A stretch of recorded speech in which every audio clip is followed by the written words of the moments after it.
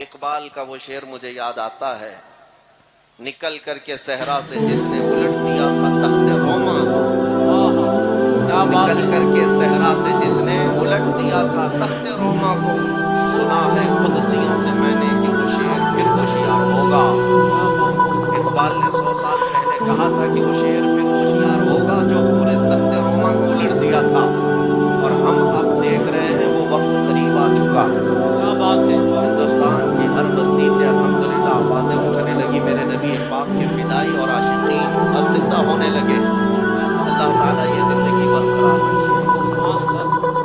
میرے عزیزوں، ایک بات میں آپ کے سامنے عرض کرنا چاہوں گا، قرآن جو کہتا ہے عزت کس کی ہے دنیا میں، عزت کس کے لیے ہے، ان لوگوں کو خاص مخاطب کرتا ہوں، میں مخاطب ہوں ان لوگوں سے خاص طور پر جو دنیا داروں کی جوتیوں میں عزت ڈھونڈتے ڈھونڈتے تھک گئے۔ قرآن کہتا ہے وَلِلَّهِ الْعِزَّةُ وَلِرَسُولِهِ وَلِلْمُؤْمِنِينَ، عزت تو صرف اللہ کی ہے، رسول کے لیے ہے اور ایمان والوں کے لیے۔ وَلَكِنَّ الْمُنَافِقِينَ لَا يَعْلَمُونَ، لیکن منافقین کو یہ بات سمجھ میں نہیں آتی، ان کو ایسا لگتا ہے کہ گاڑی بنگلے اور تخت و تاج میں عزت ہے، لیکن میرے عزیزوں حقیقت میں عزت میرے مصطفیٰ کے قدموں میں۔ سبحان اللہ، سبحان نبی اللہ۔ پاک صلی اللہ علیہ وسلم سے جو وابستہ ہوا، اس کی عزت کا حال یہ ہے کہ وہ صرف جیتے جی لوگوں پر حکومت نہیں کرتا، انتقال کر بھی جائے، صدیاں بیت جائیں، لیکن لوگوں کے دلوں پر سے اس کا راج ختم نہیں ہوتا۔ کیا ہم نے آج امام عشق و محبت کی حکمرانی اپنے دلوں پر محسوس نہیں کی ہے؟ 100 سال گزر گئے بریلی کے امام کو انتقال کیے ہوئے، لیکن ہر مجمع میں اعلیٰ حضرت زندہ نظر آئے۔ کیا بات ہے، واہ واہ واہ۔ اس کی وجہ کیا ہے؟ وجہ یہ نہیں ہے کہ پٹھان خاندان کے ایک بڑے رئیس تھے، زمیندار تھے، نہیں، اعلیٰ حضرت ہر مجمع میں آج اس لیے زندہ ہے کہ وہ فنا فی الرسول تھے۔ میرے آقا کے قدموں میں انہوں نے عزت ڈھونڈی، اس لیے مولا کریم انہیں ہمیشہ کے لیے عزت سے نوازا۔ اے سنی مسلمانوں، آپ سے بھی میں یہ کہوں گا، آدھے تیتر آدھے بٹیر بن کر کے جو لوگ یہ سمجھتے ہیں کہ ہمیں کامیابی مل جائے گی، تم کبھی داڑیاں چھلا کر، ٹوپیاں چھپا کر کچھ لوگوں کی خوشامدی اور کچھ لوگوں کو راضی کرنے کی کوشش کرتے ہو، میں سیکولر بن جاؤں گا، وہ بھی مجھے اچھا کہیں گے، یہ بھی مجھے اچھا کہیں گے، تم کہیں کے نہیں رہ جاؤ، ادھر کے بھی نہیں ادھر کے بھی نہیں۔ یہ ظالم دنیا تمہیں کبھی بھی وفا نہیں دکھائے گی۔ کاش تم ایک بار میرے مصطفیٰ کریم صلی اللہ تعالیٰ علیہ وسلم کے پورے غلام ہو جاؤ، پھر دیکھو میرے آقا صلی اللہ علیہ وسلم نہ دنیا میں تنہا چھوڑتے ہیں، نہ قبر میں اور نہ حشر میں۔ نعرے تکبیر، نعرے رسالت، شہید اعظم کانفرنس، مسلک اعلیٰ حضرت غازی ملت۔ کیا بات ہے۔ عزت کس کی ہے؟ عزت رسول پاک صلی اللہ علیہ وسلم کے قدموں میں ہے، ان کے وفاداروں کی عزت ہے۔ آج جن لوگوں کے متعلق آپ یہ سمجھتے ہیں یعنی بھیڑ تو ان کی بھی ہے، کوئی سیاست پر بیٹھا ہوا نیتا آ جائے تو وہ بھی بھیڑ جمع کر لیتا ہے۔ میرے عزیزوں، بھیڑ کا نام عزت نہیں ہے، بھیڑ کا نام عزت نہیں ہے۔ ویسے مرے ہوئے جانور کو دیکھنے کے لیے کتے بھی بھیڑ لگاتے، کوے بھی بھیڑ لگاتے،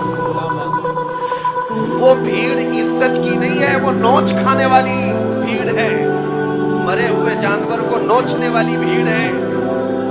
اور حقیقی عزت کسے کہتے ہیں؟ شاید یہاں دیکھی ہوئی آنکھیں موجود ہوں گی، حضور تاج الشریعہ سبحان اللہ، سبحان اللہ، زندہ باد، زندہ باد۔ میرے عزیزوں، وہ سوشل میڈیا کے قاضی القضات بھی نہیں تھے۔ میرے عزیزوں، آپ مجھے بتائیں شیش گڑھ والوں کہ حضور تاج الشریعہ رحمۃ اللہ تعالیٰ علیہ اس میدان میں تشریف لائے، سبحان اللہ، اور میں جب یہاں آیا ہوں تو ان کا ایک ادنا غلام بن کر کے آیا ہوں، سبحان اللہ، اور میرے پاس جو نسبت ہے زندگی پر فخر کرنے کی، وہ انہی قدموں کی نسبت ہے۔ الحمدللہ میں نے عزت دیکھی ہے بڑے بڑوں کی۔ اگر کوئی یہ سمجھتا ہے کہ بہت گورے ہونے کی وجہ سے لوگ عزت کرتے تھے تو یہ تمہاری خام خیالی ہے۔ عراق میں، ترکی میں، شام میں، مصر میں گورے لوگ کم نہیں ہیں، بہت حسین و جمیل لوگ ہیں۔ میں بریلی شریف میں جانتا